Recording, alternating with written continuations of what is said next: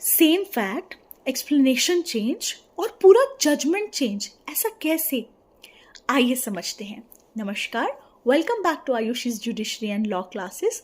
हम कर रहे हैं 1 सेक्शन पर डे सीरीज। आज करना है सेक्शन 7 BSA। सेक्शन 7 BSA 5 चीज़ों के बारे में बात करता है, ऐसे फैक्ट्स जो नेसेसरी हैं।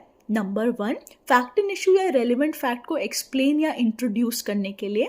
नंबर 2, उनसे ड्रॉ की गई किसी रेफरेंस को सपोर्ट या रिबट करने के लिए।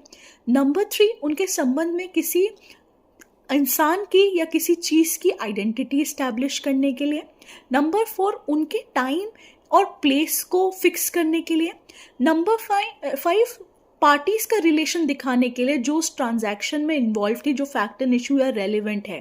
तो ऐसे फैक्ट्स नेसेसरी है, रेलिवेंट है और इनके बारे में एविडेंस दी जा सकती है।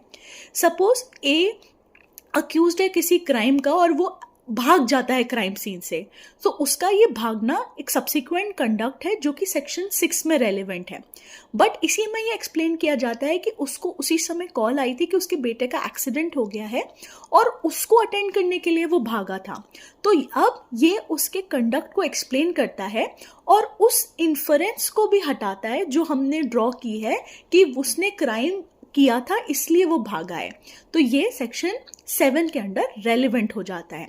इसी तरीके से अगर ए पे चार्ज्ड है कि वो भाई किसी की रायटिंग करा रहा है, तो अब उस रायट में जो पीछे से जो लोग थे वो क्या चिल्ला रहे हैं, क्या बोल रहे हैं, क्या नारे लगा रहे हैं, ये सारा एक्सप्लेनेशन है इस ए के चार्ज का। तो ये सपोर्ट करेगा वो इन्फ्रेंस को, तो ये इसलिए रेलेवेंट हो जाएगा।